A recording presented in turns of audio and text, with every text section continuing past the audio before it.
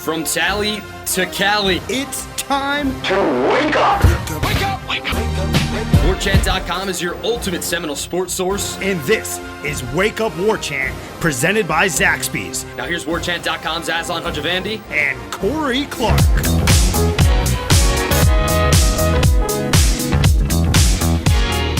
Wake up! What's up, everybody? It's Wake Up War Chant, proudly presented by Zaxby's Indescribably Good. I'm Aslan Hajavandi, joined by Corey Clark and a cat. I think there's a cat at Corey Clark's house, but we won't, we won't put any more undue attention on what Corey likes to do in his free time. This is Wake Up War Chant, part of the WarChant.com family. Use that promo code WarChant30 for 30 free days of access to the ultimate Seminole sports source. Corey and Gene with that great walk through the park down memory lane, talking to Kirk Carruthers about the 1989 victory over Miami. That was our podcast on Wednesday. Thank you to Kirk. Thank you to Corey and Gene for making that happen. That was a fun little conversation, a fun little war chat, if you will. Corey, thanks for that.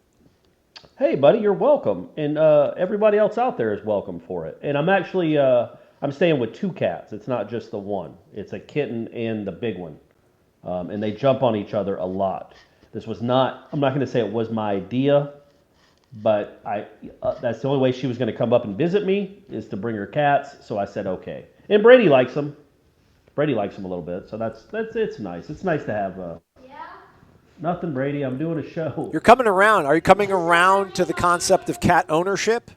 No, I wouldn't say that. They're needy. These two, they meow and jump on each other a lot. You always got to feed them and whatnot. Yeah. But I guess they're not quite as neat. I've never really been a pet guy. I mean, I just haven't had pets. Right. So I could see myself probably having more of the mindset of a cat owner just because they kind of fend for themselves. They don't need as much attention. Right. But they're so standoffish and I don't know. They're just, cats just think they're above you, like they're better than you. Well, I admire it. Have high aspirations. Cats seem to do that. Yeah. You've also published, since we last talked, what, in your estimation, was the best Florida State team football to not win a national title. And after much hand-wringing deliberation, who did you end up picking? I picked the 1992 team. Okay. I mean, again, though, there are 1,000 to pick, and not 1,000. That's a little bit of an overstatement. 12 good ones. What's funny though is I was going back and watching, I watched a couple of highlights from. I'll get to 92 in a second of the 2012 team, and you forget, like, obviously we know how good the 13 team was and all the great players it had, but the 2012 team had most of those great players. And it also had Bjorn Werner, Tank Carradine, Xavier Rhodes, and Chris Thompson. Yeah. Like that team was loaded. It's just that, number one, we can say the quarterback play wasn't quite as good. But even maybe more importantly is the really good players like Cam Irving was a sophomore. Rashad Green was a sophomore. Kelvin Benjamin, 2012, was not Kelvin Benjamin of 2013. So it's just when you go back and look at the 2012 team, man, that team was loaded. I don't know if you remember it, but they had a little slip up in Raleigh where they got off to I think they had a pretty comfortable lead at half, if memory serves. Maybe a 2-3, I think it's about 16 points, and then didn't score again in the second half. So that was a bit of a bummer. But and we have a game from that season is going to be our next war chat. Okay, that's right. From the 2012 season, with a very important person on that team. But going back to 92, it's just that, again, a lot of the players that won the 93 championship were obviously a year younger on the 92 team, but they were still a big part of it. It's just the 92 team also had Marvin Jones. And it had, Carl Simpson, Dan Footman, Reggie Freeman. They were all second-round picks that were on your defensive line. So, man, I'm telling you, I think you could make the argument that the 92 team at the end of the season was that 4-game stretch when they finally decided, they got their heads out of their butts and finally said, you know what, 17's pretty good when we just put them in the shotgun and let them go fast. Like, it seems like none of these teams stop them at all. When they finally decided to start doing that, that was probably the best 4-game stretch a Florida State team has ever had. They were unstoppable on offense, and their defense was just incredible. I mean, I think it had 13 draft picks in the 2 deep, 8 of which were first or second round picks. Did they So there you go. That's why I chose 92. Did they eviscerate the Gators? I don't recall. Yes, they did. They were up. They scored. So it was funny. They finally, everybody remembers the Georgia Tech game is when they unveiled the shotgun fast break because they were down by 2 touchdowns in the fourth quarter. And they're finally just like, Charlie, just go fast. We got to go no huddle, get in the shotgun and make plays. And he ended up with 220 yards in that quarter alone, and they came back and won the game. And everybody thinks that was the birth of it. Well, no. The very next game, they went up to Virginia, went back to the same offense where they're under center, and they scored 13 points.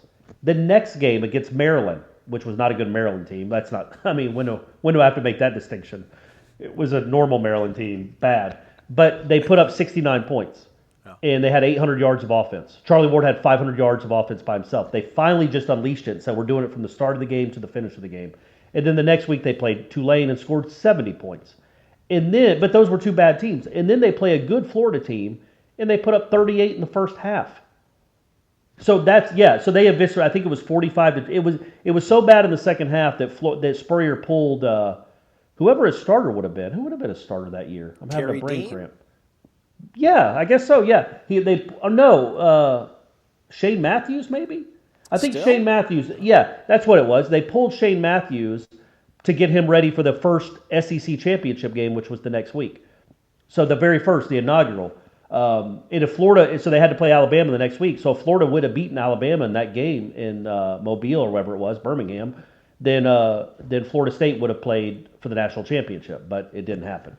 So, but anyway, it was so out of control that Spurrier was just like, yeah, this game's over. I'm putting in Terry Dean as the backup because the game was over. Charlie went crazy. They had 500-something yards of offense. It was 45 to 20-something, but it wasn't that close. Vanover had 2 long kick returns. I just think that 4-game stretch, and then they beat Nebraska really convincingly in the Orange Bowl, but the numbers weren't great because it was a monsoon in the second half. But I think those two, that 1-month stretch, what showed you what 93 was going to be. I think maybe even the defense in 92 was a little better. Man, that's a beautiful final score. It was like 45-24 or something like that. Yeah. Terry Dean came in relief of Shane Matthews. Matthews 15 of 30 with a pick, but he did have 2 touchdowns. Meanwhile, Terry Dean, a paltry 9 of 25 with a pick and a touchdown. Yeah, he got hit a lot. I think he threw a touchdown though. He wasn't terrible. He did. But Spurrier waved the white flag in that game because that was a wrap. It was over. And like I said, 38 points in the half against Florida. That might have been the only time in history Florida State's done that. That 92 team. The problem was at the beginning it was so. They barely beat Clemson. They had to come from behind in the final minute. That was not a good Clemson team. They barely beat a bad Georgia Tech team. But again, I look at that through the prism of they weren't doing the offense like they should have been. And even then, so their one loss that year, if they didn't do the shotgun the whole game against Miami, except maybe at the very, very end, and even if Dan Mowry makes that kick, as bad as the offense was, they didn't score a touchdown in that game. They play for the national championship. That's how good that team was. Is it could overcome a quarterback that kept throwing the ball to the other team in an offense that would score 1 touchdown in a big game.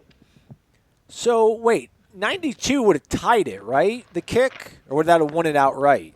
No, it would have tied it, but my personal thinking is, number one, Florida State was the road team. So it would have come down to Alabama versus Miami or Florida State. They both would have had 11-0-1 record or a 10-0-1 record. So the voters would have had to choose between the Miami team that was at home or the Florida State team that was not only on the road but was a completely different team now that they've gone to this hurry-up, this fast break. That's why I think they would have gotten pushed ahead of Miami and gotten to go to Alabama, gotten to play Alabama. I'm sold. You convinced me, Corey. I'd have given you a $25 e-card to Garnet and Gold for making your case. Oh, sweet, man. Appreciate that. Just to put that in the mail, man. All right. So, yeah, folks, if you're not a member of WarChant.com, again, use that promo code WarChant30. Also, Seminole Madness is going down. We're in the second round now. Lots of good matchups. If you make the most compelling case for who you think should win the matchup, you'll win a $25 e-card to Garnet and Gold. I haven't seen, has there been finality? Is there a conclusion reached in that Warwick Dunn versus Peter Warwick matchup? Yeah. Warwick Dunn won that. Oh, okay. Barely. And then I'm looking at it right now. I'm going to try to find it. The Chris Winkie Dalvin Cook one went down to the wire. I'm going to look it up right now. So there was one that Ira and Gene were talking about that literally was decided by one single vote. Yeah, and I can't remember which one it was. It was one in the first round, but I can't remember which one it was. But Clay the Dalvin Shiver Cook and one, something? Maybe, I think. I don't know. the Dalvin Cook one was Dalvin Cook was the 3 seed. Winky was the 6 seed, which is just crazy how much talent's been at this program. But Dalvin won with 50.5% of the vote. Ooh. 369 votes to 362 votes. Oh, man. Yeah. And so now you're left with a Final Four in the offensive playmakers bracket of Charlie Ward versus Warwick Dunn and Dalvin Cook versus Jameis Winston. And in the defensive playmakers bracket, it's going to be Deion Sanders versus Terrell Buckley and Marvin Jones versus Derek Brooks. Oh, wow. I mean, that's 8. I just listed what in 20 years is going to be 8 college football Hall of Famers. Yeah. And that doesn't even include Peter Warwick, who didn't make who got ousted in the second round. That's crazy, man. That is just nuts. Oh, I had a topic that I wanted to kind of throw out there that's almost in that vein. Is it about cats? No, it's not about cats. By the way, have you seen the movie Cats that was released last year? It's on demand now. No, I did not. I just saw that screenshot that was like a meme that went viral of my baby girl Taylor Swift, and it was like, oh yeah, this looks terrible. Oh, it's apparently like I was going to recommend it just as a joke. I haven't seen it, but apparently it's like one of the worst movies that's ever been put on film. It just everybody killed it. But I think it would be fun just to watch, just to make fun of it. Why not? Yeah, I don't know what the genesis of the thought was. I don't know. It's because maybe there's drafts coming up, which, by the way, we're recording this a little bit earlier than usual, so we don't know, what went on with the draft. We're assuming Joe Burrow went first overall to the Bengals, but who knows? There could have been all sorts of crazy trades that could have been have occurred. What I'm really hoping happens, because it's a rumor out there that the Falcons are trying to do this. They're trying to trade to get either the 9th or the 10th pick. They're trying to trade up, which what they're trading up for to get to. Where they're trying to trade to get to is exactly where they would have been if they would have just missed the last-second field goal against the Buccaneers in Week 17, the last game of the season. Yeah. If they would have missed that kick, a 33-yarder, and Dan Quinn had already been retained. They already said he was coming back because they had ripped off 4 huge wins in a row. He was coming back. If they had just told the kid to kick it right into the center's ass, sorry, man, you don't even have to say, sorry, but you don't even have to say that you missed it. Just it got blocked. Bad protection, whatever. They would be drafting 9th or 10th. Instead, they're drafting 17th. But they're trying to trade up to get that 10th pick. Yeah. I mean, it just defies belief. It just defies belief. What a wonderful win that was to get you to 7-9. And somebody tweeted at me when I asked the AJC, not the AJC, he used to be at the AJC, he's at the Athletic now, because I wasn't sure where the Falcons would have been if they'd have lost that pick or lost that game and been 6-10. And he's like, yeah, they would have been either 9th or 10th. And some guy tweeted at me, he's like, what? That's such a loser mentality to have. You don't play to lose the games. You always try to win. Livelihoods are on the line. And I'm like, man, the loser mentality came from the 9 other losses. They already had a losing season. They lost 8 straight games that year. I'm not worried about the mentality. I'm trying to get a better pick. Just be pragmatic about it. But anyway, they celebrated like they won the Super Bowl that game. That was really fun to see. And he did miss the kick. He made the kick, which gave us the 30-30 season for Jameis. Well, just think of all the smiles on the faces of the Falcon players that they were able to carry into the offseason. It's priceless, Corey. That's right. It builds that winning culture. Those 7-9 seasons build those winning cultures. Speaking of which, what were they thinking bringing Jimbo back in 13? With all that talent in 12 and not winning at all, losing to the Gators. He's fortunate they kept him around. That's right, man. That's right. Some call them lunchtime lifesavers. Others call them the most perfect sandwiches to ever exist. At Zaxby's, we just call them our signature fan favorites. The Southern TLC Filet Sandwich has hand-breaded chicken with fresh tomato and crisp lettuce. The famous Kickin' Chicken Sandwich features spicy tongue torch and Cool Ranch sauces. And for a limited time, fried pickles are back. 2 classic sandwiches and a legendary appetizer. 3 more reasons you're going to get a kick out of Zaxby's. Let's get on our ponies. It's Renegade Express. All these questions come from our valued, and I really do mean that, our valued members over on warchant.com. It's been nothing short of incredible just to watch all the engagement on whether it's Gene going down and talking about old recruiting classes, you and Gene talking to Danny Cannell or Kurt Carruthers. All the stuff that Ira's been working on just in terms of team news that's been happening, him following, a board of trustees meeting. Golly, how long is somebody going to leave that sink running, Corey? Yeah, I don't know. Not She's going to really stop. getting after it. Not going to Can stop. you hear that? You can hear the sink? Yeah, I can hear the sink running. All right. So, hey, listeners, I'm going to apologize on Stephanie's behalf. She doesn't know what she's doing. She's domesticated. It's all right. Let her do what she's got to do in the kitchen. By all means, don't let me stand in the way of that. Hey, call it slow your roll. I think she was just, what are you doing? Getting dinner going. What? Getting dinner Oh, she's getting dinner going. Oh, there you go. I'm not going to say anything. Exactly. Hey, man, you're winning over there. Hey, can you snap to it, though? Daddy's pretty hungry. But it's been great just to see everybody involved with everything that we're trying to do on the board to keep everybody entertained and informed. So it's super cool. And in that vein, later on Friday, as you're listening to this, we'll be doing our happy hour live broadcast. Gene, Ira, myself, and Corey. It'll be on YouTube. It's live. We got a couple little things we're trying to work out to make it a little bit, maybe a little bit more enhanced for our paid subscribers, but it's open to everybody. So do get involved. Friday, 5 o'clock, crack a cold one open, or just maybe a nice glass of lemonade or something, and pull up a chair and let's talk about Florida State. It'll be the debut of my beard. Dude, I saw the beard with the War Chat for 2012 with the person that I won't name, which, by the way, he said a couple things that I wrote down that I think are going to make for some good discussion between you and I in subsequent podcasts. But dude, I'm not one of these guys that go, oh dude, that looks awesome, ha ha ha, and then I'm like, hey, he looks like an idiot. Dude, I think the beard I think it's an encouraging thing you're on. I think you should think about cultivating it and keeping it. Yeah, Stephanie seems to be a fan of it too, and also, but I'm talking about not just the debut of my beard, but we're going to do a little Just for Men tonight. Oh. So wait to see what that bad boy looks like. I'm going to look like the Brian Wilson from the Giants. It's going to be jet black. Oh man. It's not going to be jet black. It's going to be, I don't remember the color it's called. It's called like brown sunshine or something. Don't get scared this time around. You got scared last time. You just got to go for it, man. No, I'm going for it because the worst thing, what's the worst thing that can happen? I shave it. Who cares? So, yeah, I'm fired up to see what it looks like. All right. We'll keep it for everybody to watch and enjoy on the happy hour. Let's go to Reddick Knoll. He says, on the last show, Ira forgot the connection between Norvell and JT Daniels, so let me help him out. I just read that JT Daniels is quarterback coach from his high school, Mater Day, right? I think it's Mater Day. Mater Day? All right, yeah. You crazy Californians. His quarterback coach was Taylor Kelly. Taylor Kelly was at Arizona State during Mike Norvell's tenure, where he became Arizona State's all-time leader in all-purpose yards. So he probably likes Norvell and the offense. However, Norvell has said in the past he did not want to pursue a transfer quarterback. I wonder if this is just a cover in case we swing and miss on them. What are your thoughts? This was something that, sorry, let me jump real quick.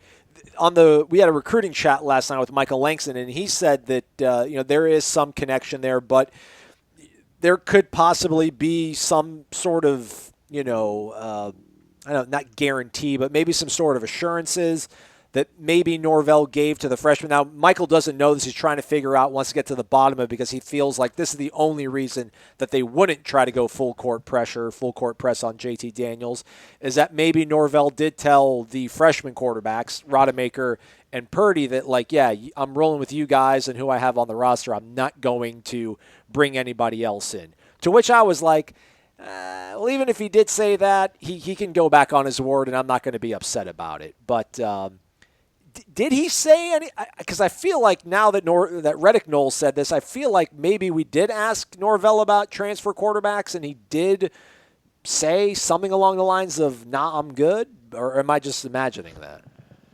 I don't think you're imagining it, but I can't quite remember what exactly was said. Who can remember before all this, what life was like before all this, when we actually had real questions to ask? But I will say this, that like, yeah, you can say I'm not really open to transfers because you know what the transfer portal normally looks like and what that pool normally looks like to fish in. Well, this is the guy that was like a 5-star top 10 player in the country.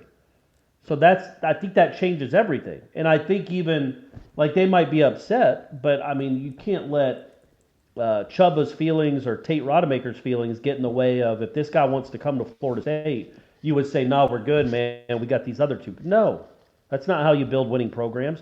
Things change, and you can explain that to them. They're grown-ups, sort of. I mean, they're old enough to vote.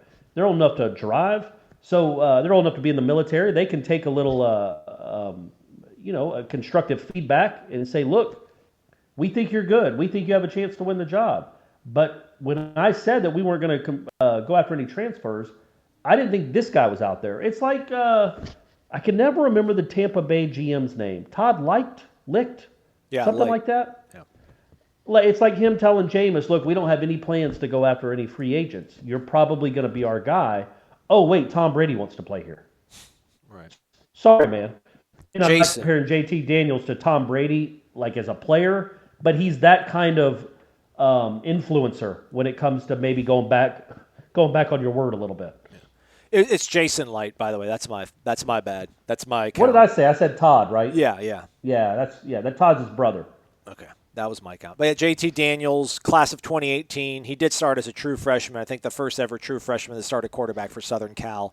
Was the number 2 quarterback in the nation, number 4 overall prospect. He was a 5-star, Elite 11, all that good stuff. So, yeah, I mean, there's some of that connection there. Obviously, Reddick Knoll kind of laid it out for us. The high school coach, played under Mike Norvell.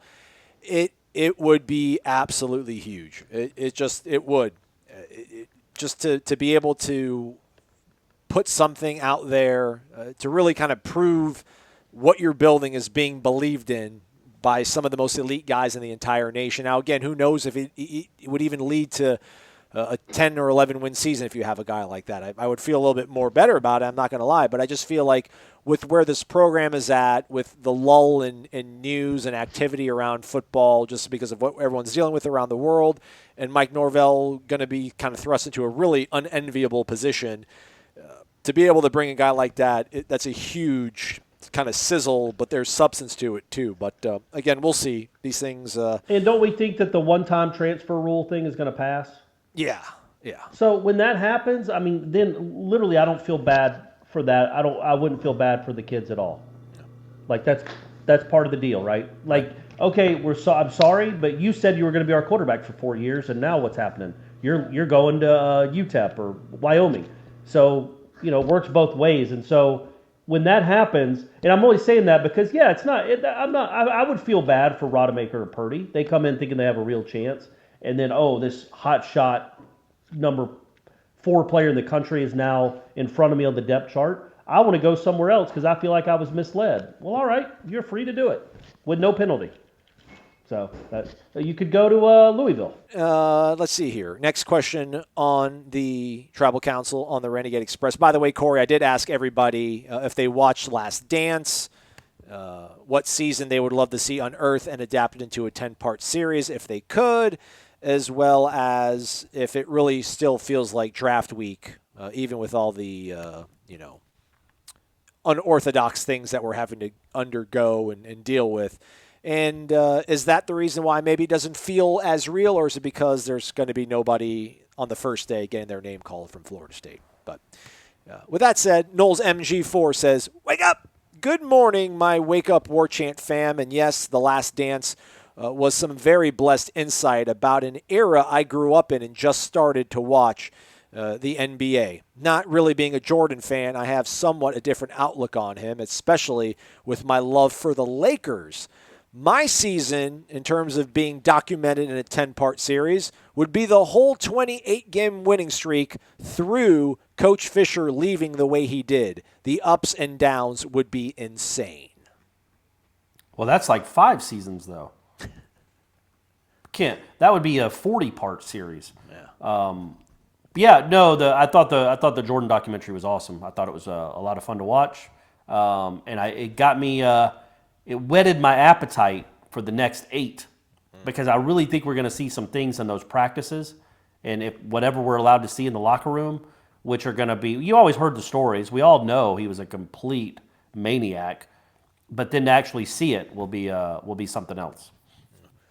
Yeah, I would have loved to see that sort of, like when there's paparazzi footage of somebody trying to get into a car and the paparazzi's getting kind of pushed away and they're trying to get out of the way and the camera's all shaky.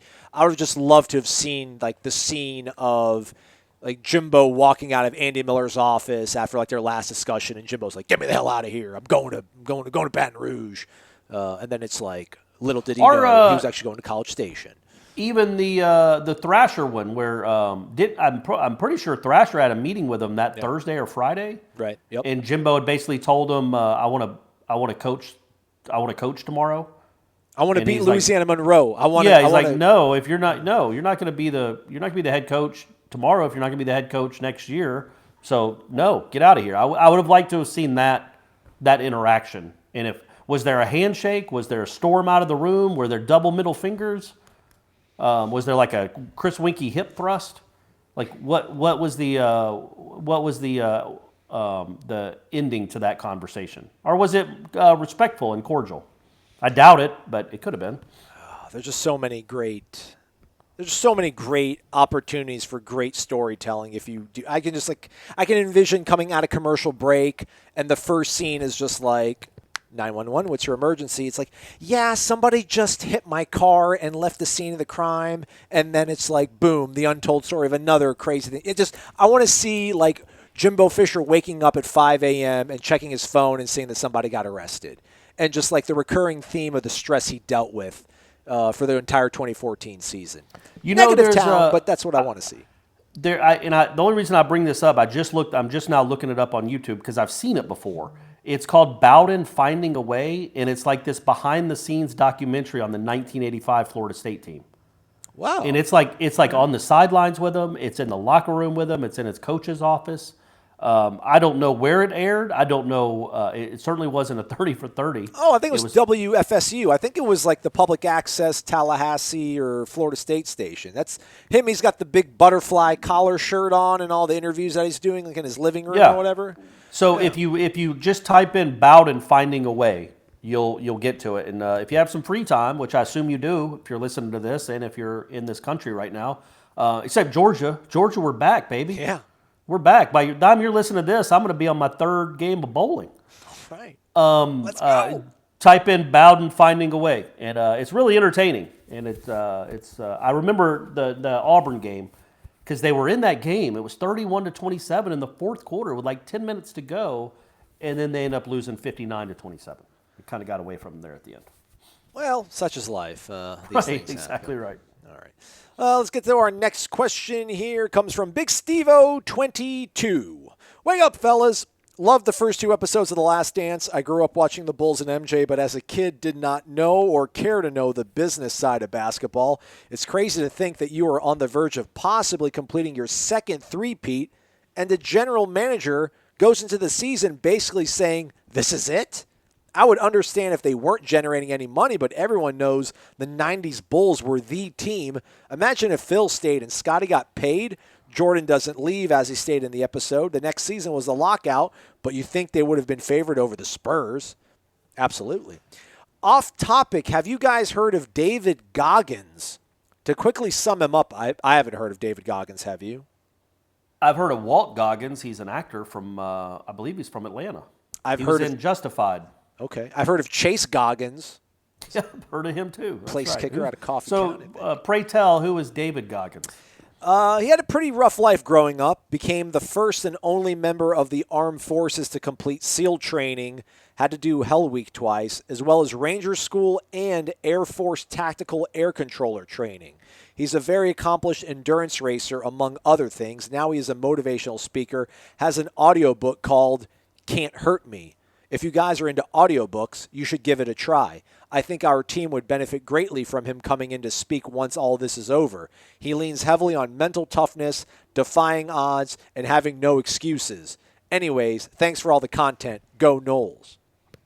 Okay, that's nice. Little Taggart tree making no excuses, this I David think, Goggins guy. I believe that Jimbo used to have guys like that, and I don't know their names, but I know for a fact they before the Clemson game in 2013, I'm almost positive he screened that movie. Oh gosh, Mark Wahlberg's in it. SEAL Team 6 or Lone Survivor. Lone Survivor. Yeah. You're right. He screened that movie before the Clemson game and talked about it, and I think he even talked to the director, who now I'm cramping on his name, but he's the guy that directed Friday Night Lights and a bunch of. He's also an actor. Peter Berg. There you go. I think there was some sort of either friendship or relationship that was started with that, where Florida State screened that movie well before it was in theaters. And then, the next day they went and had one of the biggest wins in school history.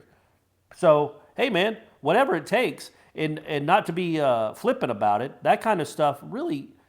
Obviously, when somebody speaks to 100 kids or 100 anybody's, it's going to be lost on quite a few. It's just human nature, but it will resonate with a few, and that can be a big deal. Those kind of stories, those kinds of attitudes, mindsets can really resonate when you hear it from somebody that's not just a football coach or isn't just trying to win games, but maybe puts things into perspective better for you. I don't know. I think that stuff can matter. Well, absolutely. I think a lot of schools have been doing that as part of trying to stay engaged with their team is to have motivational speakers on Zoom, and definitely we'll see. I'll see if we can run that name by Coach Norvell. We'll see what happens on that, Big Steve-O. Good looking out. Appreciate you. By the way, was that a good audition to be on your trivia team, being able to bail you out with the Peter Berg? I mean, can I be on your trivia team at any point, just like a utility guy? Although I really don't fill any of the gaps that you have in your mental knowledge, because I'm a sports guy, like 80s music probably. I'm not a big cinema guy. But I got some hockey knowledge that I think you might be lacking. But that was really impressive, man. Well, thanks, man. You know what I mean? That was really impressive, and I thought you looked it up. No. Off the dome. Hey, speaking of, real quick, because we're on that topic, there's a book I read I'm looking it up right now, so it was released in 2012. It's called Fearless, and it's by a guy named Eric Blem, but it's about a Navy SEAL, this guy that had an incredible Navy SEAL story, and I wish I could remember his name, and I can't. But if you get a chance and you're into those kind of stories, it's one of the best nonfiction books I've ever read. And the guy's story, it's not even just the normal overcame some things, and he wanted to ring the bell at SEAL training but didn't, and then he stuck it out and was a hero. His story is just unbelievable. So that book and Unbroken by Laura Hildebrand, who also wrote Seabiscuit. Those are my two we're doing recommendation station right now, right? Okay, right. Book club. Book club, and those are my two books that I'm recommending. Those two books are awesome. How long did it take you to get through each of those books? I would say, Unbroken might have been 2 or 3 nights. Good. And it's a long book. It's got a lot of stuff in there. So I would say that was probably 3 nights, and then Fearless was probably 2 nights. Like when I get into a book, I'll read till 5 in the morning. I was about to say, like, you can read like 5 hours each time, or like is it 6 hours you're reading when you say like 2 or 3 nights? I mean, yeah, probably 5 or 6 hours. It's like binging a show, but I'll read 200 or 300 pages. That's amazing. See, I just don't think I have that gene in me. I'll try to, though. Got nothing else to do. It's called Fearless: The Undaunted Courage and Ultimate Sacrifice of Navy SEAL Team 6 operator Adam Brown. Okay. I wanted to give him the respect he deserves because he's the subject of the book. There we go. So it's Navy SEAL Team 6 operator Adam Brown. I watched American Sniper for the first time this past weekend, by the way. What'd you think? It was weird. The reason I wanted to watch it was because I wanted to see the scene where they use like a dummy baby. I don't know why. That's the only reason I wanted to watch a movie, but I ended up watching the whole thing start to finish. I don't know, Bradley Cooper as I thought he did a really good job, but I know Bradley Cooper as the guy from Wedding Crashers. So he's got great range. Right. It just felt like he wasn't, authentically Texas, but I don't know who they could have got that would have been better So if I don't have a what an awful, just random, stupid end to that story. Jeez, it was really just well done. Completely pointless. No, I know. I'm not saying the movie Right. was well done. The book was awesome. Yeah. I'm just saying how randomly dumb it is for a hero like that, a dude like that, to have his life come to an end like that. Just so pointless and stupid. Yeah. All right, let's move on to sports. Spoiler alert. Maxwell Gibbs. Wake up. Hello, Aslan. Hello, Sweet Pea.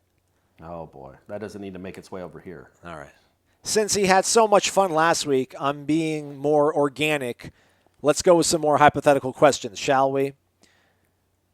Oh, gosh. These are way too long of options, Maxwell. Come on, man. Economy of words. It's your friend. All right. Follow along with this one, Corey. It's easy for me because it's in front of my face, but here we go.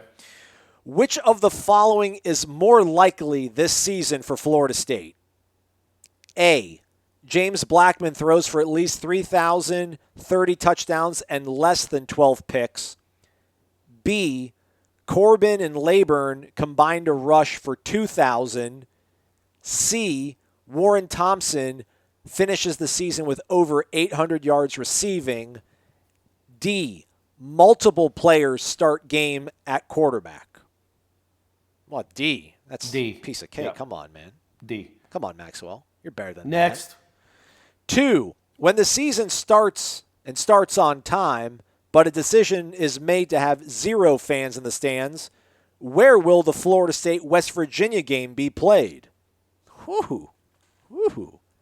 Good Probably question. Leon High School. I was going to say Gene refurbishing Cox. those fields? Yeah, but I think they're building a stadium at Leon High School, so just have it there. That could be the debut game at Leon High School is Florida State, West Virginia. And we could watch it just from Tennessee Street. That's a really good question because, neutral site games have there's no point of a neutral site game without fans.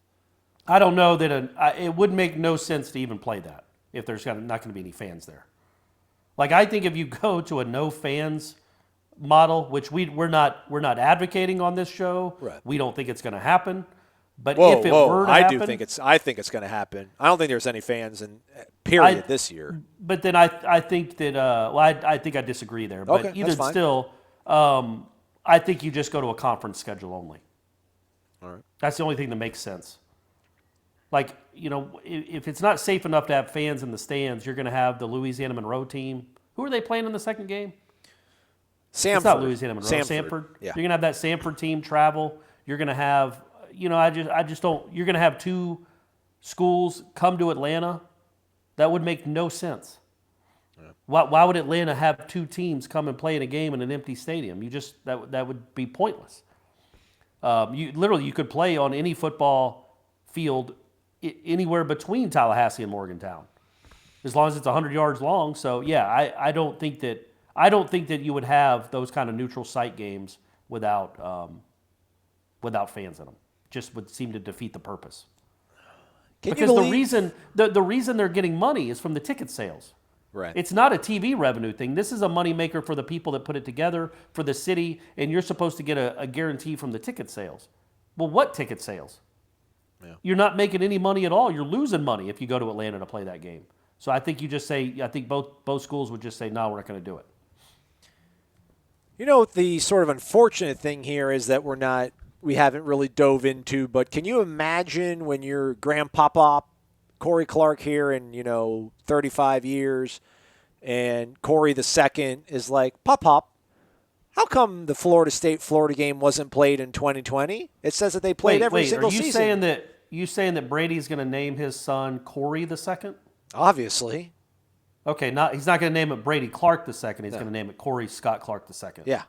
Okay, and just skip Brady altogether. Because like that. He was going to be like, my dad should have called me this, so I'm going to make everything right in the world. Sure. I'm naming you Corey the second. Okay, gotcha. But Pop, they've been playing since the 50s, since your Pop was around. How come they didn't play that year in 2020? And you're going to have to describe coronavirus to them. Because, you talk about going to a conference schedule only. Well, the team in Gainesville is not in our conference. I know. Although, hey, listen, don't let those losers know, but golly, I won't complain about dodging them for one season. That's right. if we got to avoid them, let's do it this year. That's right, buddy. That's right. So, but yeah, and good news on that front though. We're only in April. Just remember that. And I just looked it up a few minutes ago before we started the show. Yesterday, we had our highest number of testing in this country since this whole thing started. We tested 311,000 people. all right. Usually we're testing around 150, so we doubled it. Now, I don't know if that was a one-day thing or if it was something that's going to be normal, but if we can keep upping the testing to like 300,000, 400,000, 500,000 a day, I think we have a chance, man. I think we have a chance to maybe get back to some sort of normalcy by September. All right. I like it. That's fingers crossed. Maxwell adds in closing, keep staying safe, gentlemen. I appreciate all the content you two have put out during this time. It's helped me out a lot, especially when I wait in line for Trader Joe's early in the morning on the weekends. It's longer than the line at Space Mountain. Not so fast. I've got a hot take before I go. College baseball going forward when it resumes should start in April and go further into the summer. This would allow it to become a revenue-generating sport. During the summer months, the only sports are baseball and soccer. This would be a huge TV opportunity for ESPN to capitalize on. We've seen the college baseball product grow, but this would be huge. And thanks for that was all Maxwell, right? Correct, yes. Thanks for the compliments, Maxwell. It's our pleasure. We appreciate it. Do not stand too close to people when you're in that line. Absolutely. I would say the holdup there is it's such an odd dynamic between Major League Baseball and college baseball. But understand that every college baseball player on the planet that's ever lived, his ultimate goal is to get drafted and hopefully one day play in the major leagues. If you play through the summer, well then that's stealing at least a few months of him playing professional baseball. And that's why the draft is when it is. It's in the middle of the stupid season. Like it's the biggest games of the year happening as kids are getting drafted. Yep. Are in the middle of the run up to the regional or super regional or Omaha. I think they were going to push it back here though to avoid that. But you're right. That's been the case forever. And they have. Like now they're on like Monday nights. It used to be literally. It would be happening during games. Like I remember specifically the Buster Posey season. Yep. Like he was drafted on I think a Thursday, so it was before that Super Regional against Wichita State started. Mm-hmm. But because he was the 5th pick or whatever. But the next day, Florida State had like 6 kids drafted while they were playing the game. Mm-hmm. So it's just goofy. So it'd be like a kid at the free throw line in the Final Four just finding out the Nets took him. Your boy, like, I don't want to get hurt. I'm bouncing. Good luck, guys. Your boy Dansby Swanson got drafted like after he hit like a walk-off in the Super to put his team into the College World Series. There you go. I wouldn't say he's my least favorite of the regular Braves these days. He's all right though. He's not terrible. I thought he was going to be really good, man. Yeah, he hadn't been that. He's been serviceable. Yeah. But my point was that they won't want to wait until August to have a draft. Because they're going to want to see those kids get at least 6 weeks or 2 months worth of pro ball, even at the lowest levels, going into the next year. And those kids won't want that either. They do want those last 2 months of pro ball to try to get just their feet wet in rookie ball, so they can they have a better chance of making the climb starting the next season. So that's where the rub would be there. But hey man, I'm all for that. Like July, it'd be cool to watch Florida State baseball in July. Well, the one problem, too, though, is I think the NBA is going to try to fill that vacuum because it sounds like no matter when they do come back, because they've been talking about, like a lot of people that advocate on behalf of the NBA and the sports media have talked about why not start the season on Christmas Day, and then that puts you playing into the summer when there is that sort of lull of nothing going on. So they've kind of got a head start on that. I'm all for that too. Like I wouldn't really. I know it's called March Madness. I would not have a problem at all with college basketball adopting something similar. Like those first 6 weeks of the college basketball season get completely lost. Absolutely, yeah. And then same with NBA. Yeah, like I think it'd be cool to in those seasons, like in the college basketball season in April, and then in the NBA season in August. I think that'd be really neat. And what I was saying about baseball though is if you could even say, well, you don't have to have the draft, just keep playing the season. If you have a draft in June, the Reds aren't going to want their number 1 pick to throw another 80 innings for a college coach with the risk that comes with that. especially if they're chasing a championship. And we know how college coaches can be. Oh, no, I know he threw 120 last night, but he can get us 2 more innings today. That won't happen. That's too big of a financial investment to let a college coach throw a kid's arm out. So that's where that would be almost a non-starter. Where in the MLB is just not going to want to move their draft back to August or September. Norway 85. Good morning, Aslan and Corey. Wake up! With UConn saying they are canceling all fall sports this week, is the precipitous of a potential for all college football programs at least delay their season until January.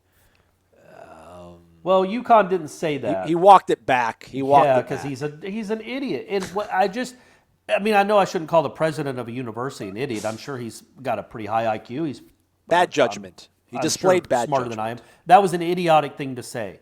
You don't know. It's April. So everything we talk about is just speculation. And it's okay to speculate, but don't say things as if they're concrete. I expect us not to have any fall sports. Well, who are you, dude? You're the president of UConn.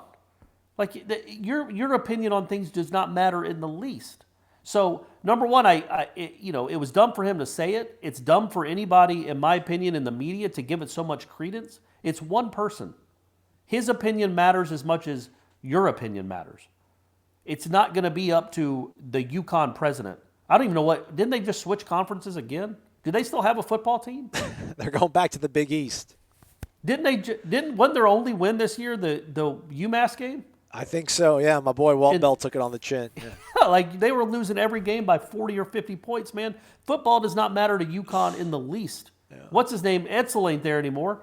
So no, I think he is. Isn't he back? He might be back. Yeah, you're right. Yeah, he might be back. The old Edsel, the good Edsel, isn't there anymore. So, man, his opinion matters not at all. It's when you hear the commissioners of the Big Ten, SEC, ACC, when they start saying stuff like that, that's when it matters. Well, Corey, did you see that not the head coach, but the president in Arizona kind of said something similarly on Thursday, like he didn't feel very optimistic about football. But it's a Pac-12, and that's an opinion. And look, I get that people don't feel optimistic, but again, it's Arizona. You're not making that decision. We feel optimistic is fine, but the realities of the money that's involved, not to get all cynical, but that's what it is. The realities of the money involved mean that they will go to middle of September, in my opinion, before they just say we're not playing in the fall. We're just not. They could start at like middle of October. I just don't. We are in April. We have not gotten to the summer yet. We have no idea what this thing is going to do in the summer. And to speculate at all right now when we have no idea about testing and contact tracing and all that just seems foolish. We just don't know. But what we do all know is all these big boy schools and conferences desperately want a college football season. I don't want to totally mischaracterize it. He says he does not expect the season to begin on time and thinks there's a chance it may not be played at all. What I did want to say, though, is I think in the same story, though, he said that he does expect to have face-to-face classes. So that's a good thing. So face-to-face classes but no football? Come on, man. Come on, man. Yeah. Robbins confirmed on the radio show that the school does intend to hold classes in person for fall semester. That is one of the major hurdles that needs to be cleared in order for sports to return at some point. So, but yeah, he's just a school president, so take it for what it is worth. Apparently, though, he played quarterback in high school and planned to walk on at Ole Miss, but suffered a knee injury that ended his playing career. Graduated with a medical degree from Ole Miss and then received cardiothoracic surgery training at Stanford. So, I mean, who knows? Okay, so probably smarter than me. Yeah, probably not. Yeah. Norway 85 ends with, if college football is postponed until January, let's say, how would you feel for NFL to reschedule their season to play 6 games on Saturday and 7 games on Sunday to fill the void?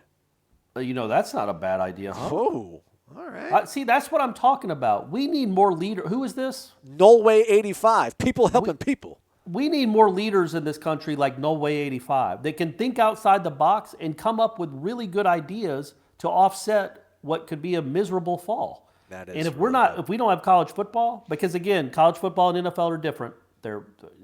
One of them is paid and one of them isn't. One is supposed to be a bastion of higher learning and student athlete and all that. The other guys are mercenaries, so they will sacrifice for the greater good of our mental well-being. But if the NFL starts on time or starts say in October, but college football can't, but for whatever reason, absolutely split it up. Yeah, right. I like that for sure. I like that. I like that. That's a really good idea. It's more TV money too for everyone involved. And who knows, man? Maybe this. I don't know if they're going to like to go 3 days in a row, Saturday, Sunday, Monday. But if you want to talk about like player health, eliminate the Thursday games for that stretch until college football comes back. I'm fine with no Thursday football if you give me Saturday, Sunday, Monday. That'd be pretty sweet. I'm with you. I'll take it. ATL SF Knoll comes in to offer some thoughts on the Norvell, I don't want a transfer possibly, but JT Daniels is out there. My understanding, this is ATL SF Knoll that I'm reading, is that Norvell doesn't want to transfer for 1 year and then have him gone. Daniels, though, has 2 years to play. He could be more worthy of the investment given he'd have the 2 years to play. Seems a bit different scenario than what Norvell was talking about. Can't be sure, but expect this could be different. Well, yeah, that gives you some wiggle. That's going political. I like it. I thought when he said whatever he said that we're assuming he said, I thought it was somehow. I know he didn't mention him by name, but that maybe we were thinking it was about the kid at Memphis. Right. Still had a year left. Yeah. You're right. I should probably try to look that up at some point here, but let's see. Mad AMCZ, wake up! Aslan, you're not going to like this, unfortunately, but if I had a choice to see a season be chronicled, I would go with Florida State 2017.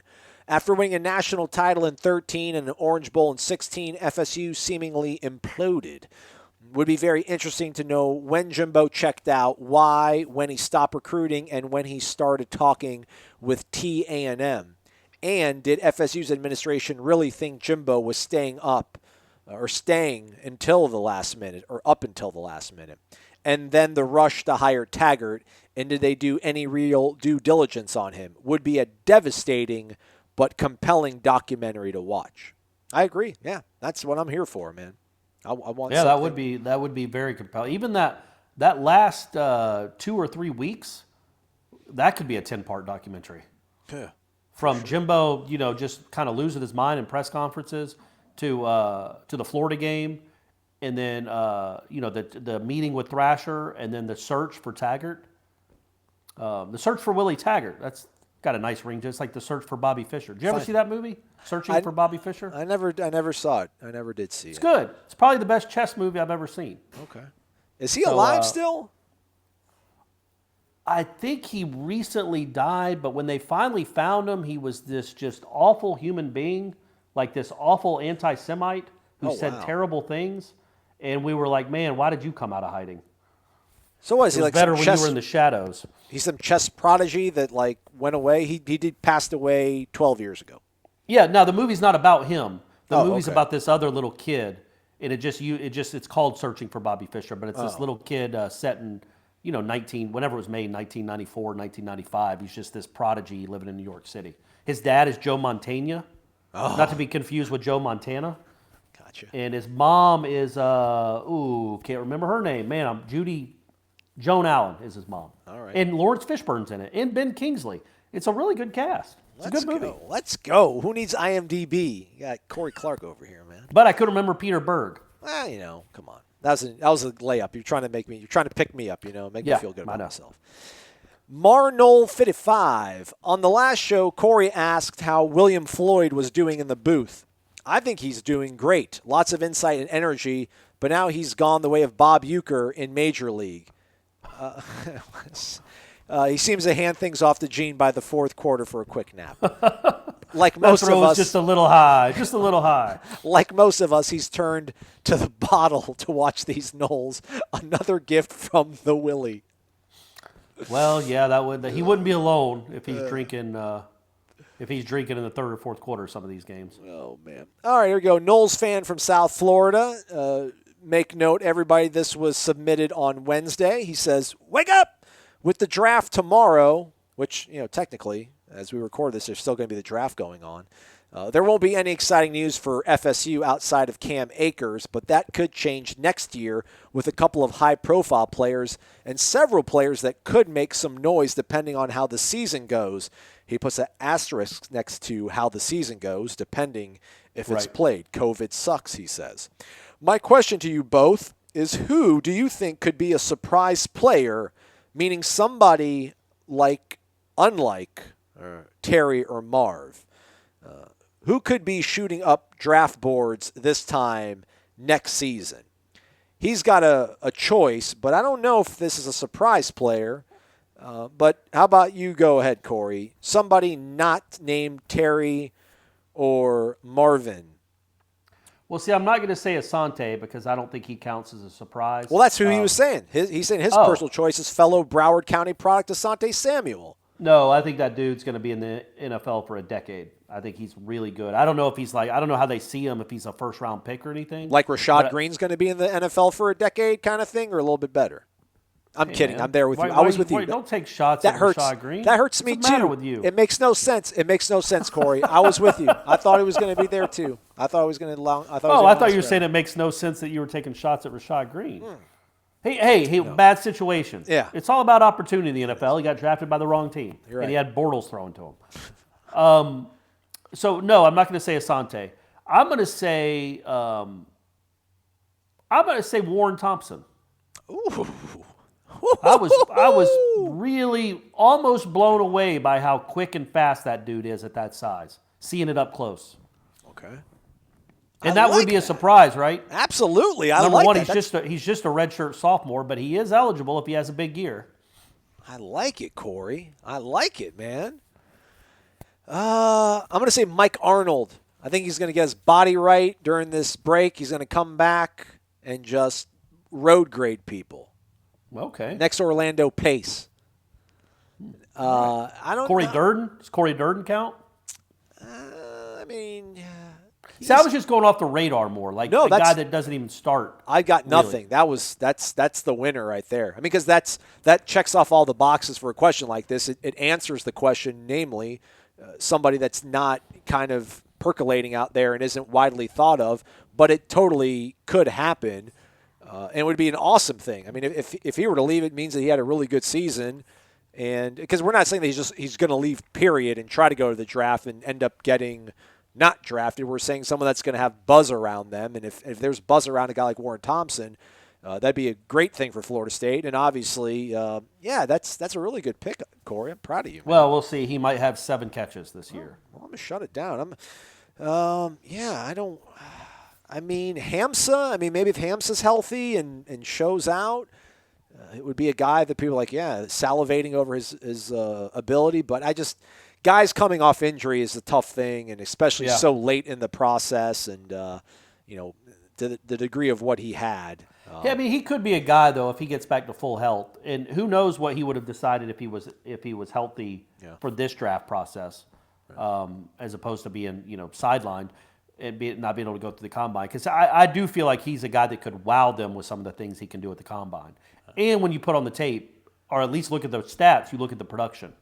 So there'll be some wow factor if he's fully healthy at the combine, like his 40-inch vertical and everything. But also he was the leading tackler the last 2 years out of the safety spot. So that maybe teams will be, that will appeal to some teams. Just I don't know how great he is in coverage. But, he doesn't mind hitting you. Knowles fan from South Florida ends with, I'm going to call him NFFSF. Knowles fan from South Florida. I did see Last Dance, just like everybody else. So far, nothing shocking. Jordan is insane about winning and can be a jerk. Pippen made some dumb decisions with his business, and the organization behind the scenes was incompetent with an all-time talent masking their flaws. One thing, though, that is confirmed in my head now is that Mr. Shacklefoot from Space Jam was definitely based on Jerry Krause. I'd wager that Michael Jordan had a hand in designing that character for the film. Thanks for all you do. Keep it up, and as always, go Knowles. Oh, there's no doubt. Somebody asked us that on Headlines about that, and I don't even think we even answered it. I've never seen Space Jam. So. Heaven knows those two guys on Headlines haven't seen it either. But, the thing going back to that real quick, Yeah. I know they're making Jerry Krause out to be this villain, which is fine. Number one, he was great at his job in compiling that roster, although he did have Michael Jordan. But the Pippen trade, getting Rodman, getting Horace Grant, I mean, there were really good trades and moves that he made. But also, like, it just was there was a moment where Reinsdorf was like, when they were talking about the Pippen thing, and they're like, yeah, he told Scotty, he's like, he would tell all those guys when they signed contracts, like, okay, we're going to give you this money, but don't come back and ask for a raise. And it's like, hey, man, aren't you the owner? Like, doesn't Krause work for you? So you're pushing all the accountability and all the responsibility to your GM. If you wanted the Bulls to stay together, why in the F didn't you let Michael Jordan, Scottie Pippen, and Phil Jackson just keep it going? That's on Reinsdorf more than it's on Krause. He could have just told Krause, man, bounce. I love what we're doing here. I like winning championships and having sold-out arenas. You know what I mean? Right. Like, it's crazy that Reinsdorf almost got a free pass like it was out of his control. Dude, that guy works for you. I can't imagine owning a team with Michael Jordan, Scottie Pippen on it, and the guy that kind of runs the team tells me, look, we don't need to pay Pippen, and Phil Jackson's kind of a pain. I can't work with him anymore. I'm like, all right, man, we'll see you if you need a reference. Like, that's the end of the conversation. I don't let that guy dictate my future because he's right. Michael Jordan was right when he talked about the Cubs had been rebuilding for 50 years at that point. Well, the Bulls have been rebuilding for 22 years.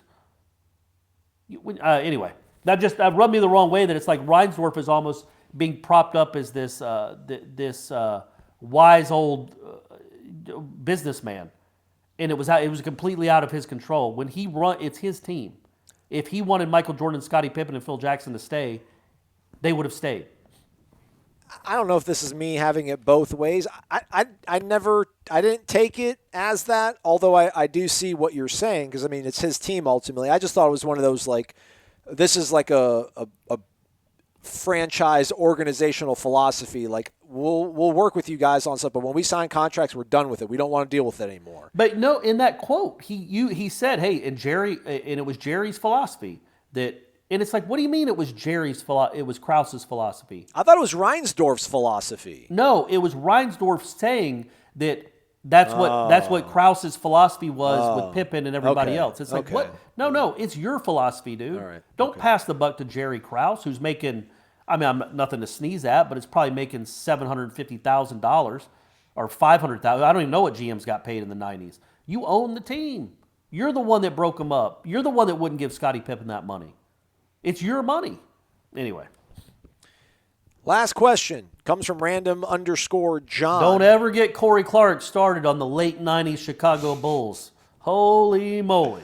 Can you folks, can you imagine what's going to happen when we can start paying players? And Corey's talking about they only offered Brady, $550,000 with an annuity on the backside. Right. We're going to Athens, man. Oh, and that image and likeness thing's coming up really quick around the corner. That might be here this year next. So we'll be dealing with all that. Hey, I'm trying to see here real quick. I want to see if I could find like what his salary was, Jerry Krause, but I can't. And hey, we're not run with the Bulls. We're Wake Up War Chant. Random_John does his due diligence coming in here and leaving a question right before we recorded about the Arizona president talking about the sports calendar or the fall sports being in limbo, obviously.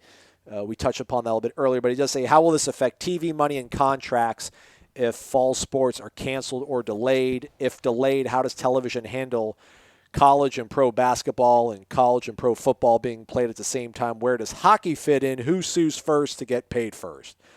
Man, those are good questions. Those are not our accounts by and large. I don't even know if that's really Ira's account either, but that's one thing people keep talking about is just how are they going to fit all this inventory on air? Like that to me, that's the least of the concerns. Like just get everybody playing and they'll figure it out, man. ESPN's got 17 different platforms and channels to distribute their games on, and Fox Sports also handles several conferences, and obviously NBA's got partnerships with actually, the NBA is solo. Well, they got TNT. I mean, heck, they can put NBA on television like it's March Madness. They can probably put some games on TBS. They can probably put some on True TV.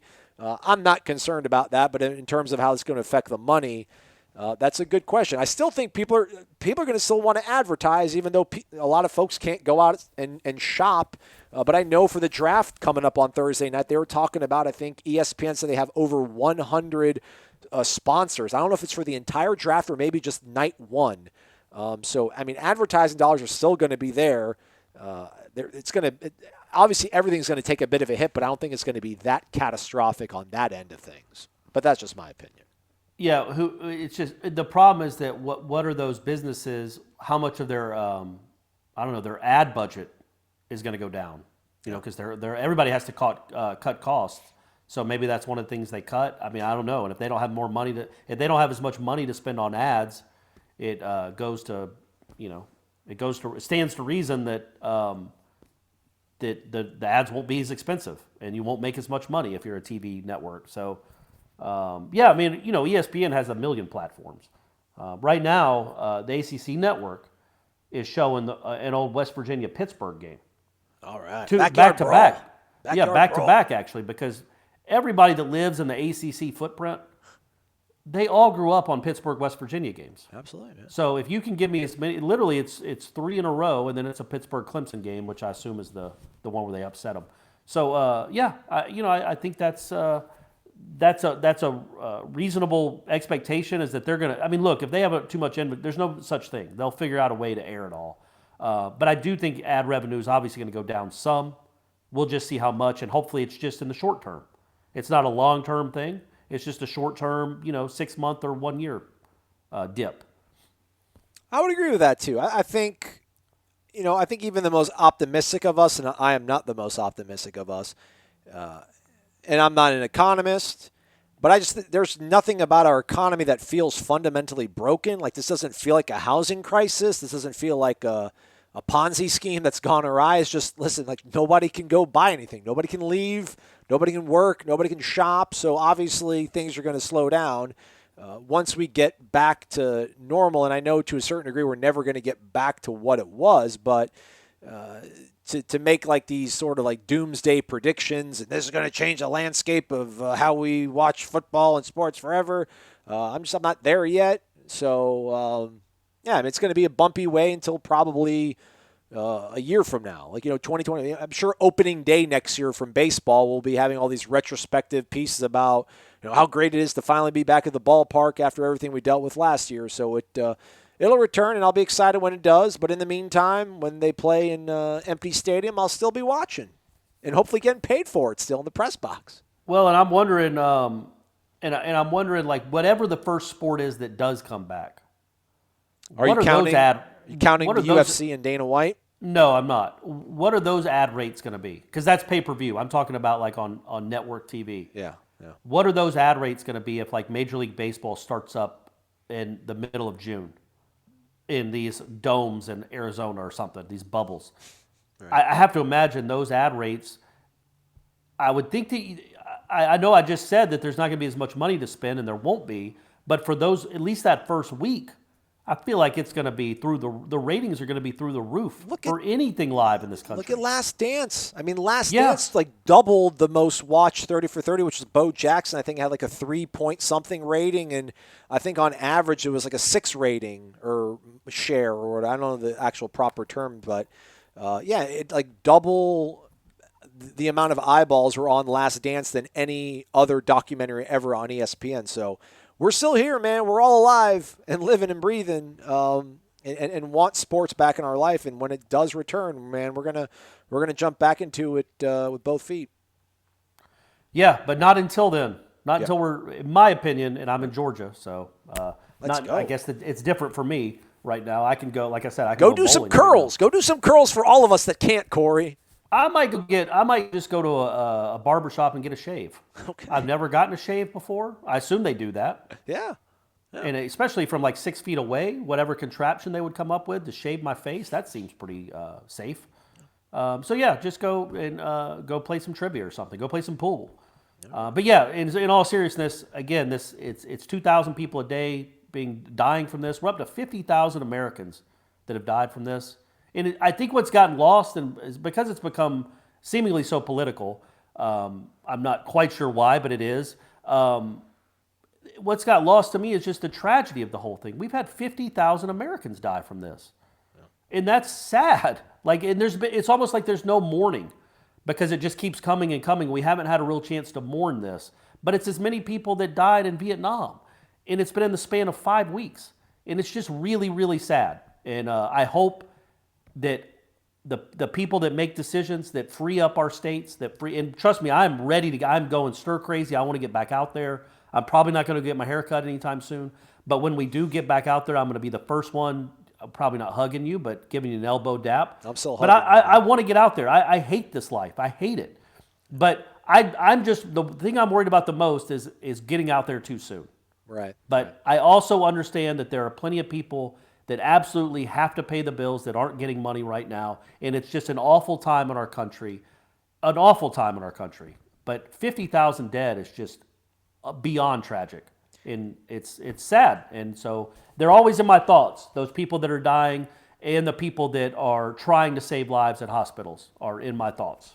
Yeah. Not Aslan's. Right. Aslan couldn't care less about him. I cringed there and bit my tongue. I didn't mean, when I was like, we're all still here alive and waiting, but I obviously realized the toll that this has taken, the most important part, the most important thing on the scoreboard with all this obviously is the loss of life that's been endured by the country and the world. So it's a very unfortunate time, but I guess the solace is to know that at some point it's going to pass, and we'll be back to doing what we love, and hopefully we'll just appreciate all these things just a little bit more. I mean, can you just imagine? You as we leave here, we're done with all the questions. You did the War Chat 2012 Clemson game, and I edited it, and it's ready to go here soon. It'll drop next week on the website as well as on the podcast. But, man, can you just imagine like another electric night in Doak? Like, like a 2012 game against, just how incredible that's going to feel to experience that again. And it will happen at some point, and hopefully sooner than later with Mike Norvell at the helm. Exactly right, Aslan. Well said, buddy. Well said. What's Stephanie made for dinner? I think she's not. She stopped because she was worried that she was going to be a distraction. I'm sorry. Did you tell her that we fixed the audio issue? By the way, I did not. I tried to. The audio's been fixed, so my fault. None of that would be picked up. I think it's going to be some sort of like chicken-type casserole. Ooh. With little cheese and rice in there. All right, well, if she's coming back down this weekend, tell her to save me a plate. Yeah, she'll bring some leftovers to your house. Drop them off in the mailbox. Yeah, I'm going to get better, everybody. I'm the audio guy. I should realize when Corey's microphone is not working properly, but I failed you. But for only 22 minutes, and we went over an hour, so, it was a small portion of the show. Let's do this again on Monday, Corey, shall we? Can't wait. We'll talk about Cam Akers being drafted. He's Corey. I'm Aslan. Thanks for listening to Wake Up War Chant, presented by Zaxby's. Indescribably good. WarChant.com is the ultimate inside source for FSU football and recruiting. And now you can get in on the action for free for an entire month. WarChant.com is offering a risk-free 30-day trial subscription. Get full access to the #1 website covering the Seminoles just by entering the promo code WarChant30. That's WarChant30. Sign up and get in on the world's most active FSU message boards. Receive breaking news, stories from our award-winning staff, plus get exclusive interviews and videos. Just enter the promo code WarChant30. WarChant.com, your ultimate Seminole sports source.